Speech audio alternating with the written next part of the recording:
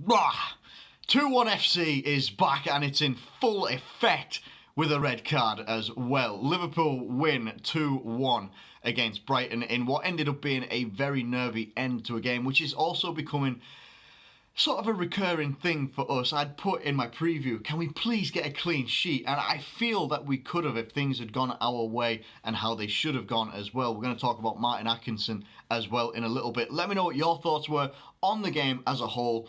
Now, let's go from the beginning, because you've got to start a good story from the beginning. You don't start midway through or at the end. I've just given you a little bit of a preview of what is to come. In the beginning, Virgil van Dijk scores 2 goals, and honestly, brilliant deliveries by Trent Alexander-Arnold, the exact things we were missing against Napoli. No one in our team does that type of delivery from 45 yards out from a free kick or from a corner. He is one of the main reasons why our set pieces are so effective. I think we've now scored the most headed goals since God knows when, whatever the stat that came up on the screen when I watched it this morning, because I was at work yesterday. That was annoying. Don't work when Liverpool are playing. It's not good for your health. It just isn't. Having, the computer set up when you're working, just like, it's set up with live Sky Sports commentary, that little feed that it's got going on, but you can't watch it. No, it's annoying. It's annoying. Don't work when Liverpool are playing. It's just not healthy.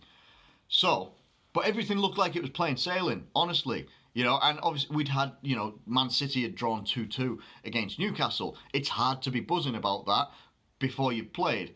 I can be buzzing about it now because we played, finished and everything like that. Van Dijk absolutely rose like a salmon. That man has, probably the second best jump in football I've seen. Obviously the first best that I've ever seen is when Ronaldo gets himself up for headers. That leap that he has is just ridiculous. But Van Dijk is not far behind. And the accuracy he had with those headers, the power he had with the second header, brilliant. 2-0. Just towards the end of the first half, though, we are looking like we're going to concede. Brighton are getting the pressure up. They're getting their passing moves going. They're getting their people moving into the right areas, getting in behind every now and again. And it's looking dangerous. It's looking dangerous. We get to half-time, 2-0. Not a problem. Not a problem. I think we made some changes. Adam Lallana came on for Salah. Salah didn't look happy. Salah didn't play well, so he deserved to come off. I love Salah, love any of those guys, love all of them. But he didn't play well. He can be as annoyed as he wants to about coming off, and I hope more so that he was just annoyed at his own performance. And he must have known, coming off the Napoli performance and coming off this performance as well, his performances haven't been good enough lately. And he's at a very real risk of being substituted more. I'm not saying he won't start games, but he's at risk of being substituted more because his performances just aren't good enough. I know people will highlight it. There was that cross that came in, or like a dinked ball from Mane or whoever it was, and he tries to hit it on the volley, and it basically went out for a throw-in. Now, prime Salah, when he's absolutely fit and firing, probably hits the back of the net, at least tests the keeper. But that one probably should have took a bit more time with it, and he had the time to take a little bit of time. There was no one really coming around him to press him or anything like that. He could have taken a little bit more time, controlled it, and maybe put it in the back of the net, and you get the third goal, pretty much puts the game to bed. But he goes off, Adam Lallana comes on. I would rather see like a Harvey Elliott getting the time to come on. I'd much rather see that than Adam Lallana coming on. It's not a positive substitution for me anymore. It just isn't. Hasn't been for maybe about 2 years. Now, then the madness starts. Brighton fire a long ball, almost like a bouncing ball or something, whatever it was. Anyway, Alisson had started to come out, and then he went back, and then he came back, and whoever it was that was in front of him had tried to head it, and he saved it with his hand. Instant red card. You can't do that, man. You just can't do that. I love Alisson. I'm doing a separate video that's maybe going to come out on Monday about Alisson and his return. I know he's come back from injury, but I've got a couple of concerns about Alisson.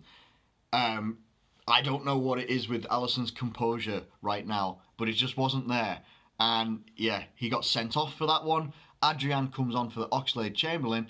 While Adrian is setting up his wall, Martin Atkinson blows the whistle for them to take the free kick. They run, Lewis Dunk, bang, just slides it in. And everyone is just like, That can't stand. That cannot stand, surely. But the referee's blowing his whistle. There's no VAR for that anyway, I don't think. It ends up going 2-1, and then basically, for the last, 10 minutes of the game, it was just Brighton. It's like a hammer just trying to come down on Liverpool and deliver that final blow that takes us to 2-2.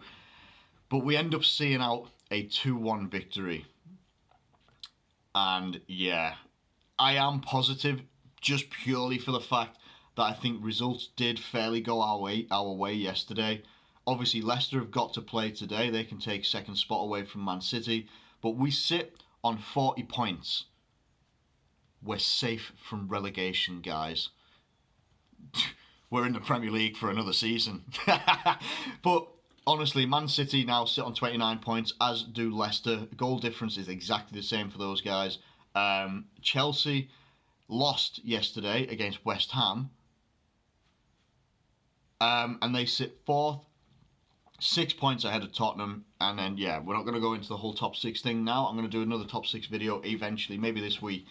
But yeah, it's another game where we have not looked like we had control. And this isn't a game where people can turn around and say, if Fabinho was in this team, it would have been a bit better in the midfield. I'm not saying Fabinho wouldn't make a difference. He probably would have made a difference. Maybe, would have been that screen in front of the defence that would help Alisson out and not have to save the ball outside of his own box. But yeah, it was just, I don't know what it is with our performances recently. We invite pressure when sometimes we can't deal with it very well. The fact that we're getting out of these with 2-1 victories every now and again, I say every now and again, if you went back and looked at most of our fixtures this season, you'll see 2-1, 2-1, 2-1, 2-1 all over the place. So, we invite pressure. We still maintained most of the possession, but not a great deal, 58 to 42% possession.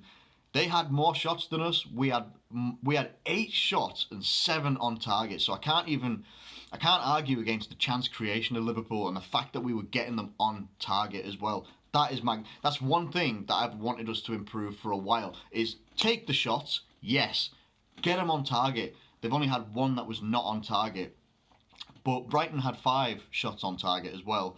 So, maybe do I question Alisson? Do I question the defence? I don't know. It's a whole team thing right now. When we get into the second halves of games, Man City is probably the last game where I can look at where I'm like, that was a complete performance.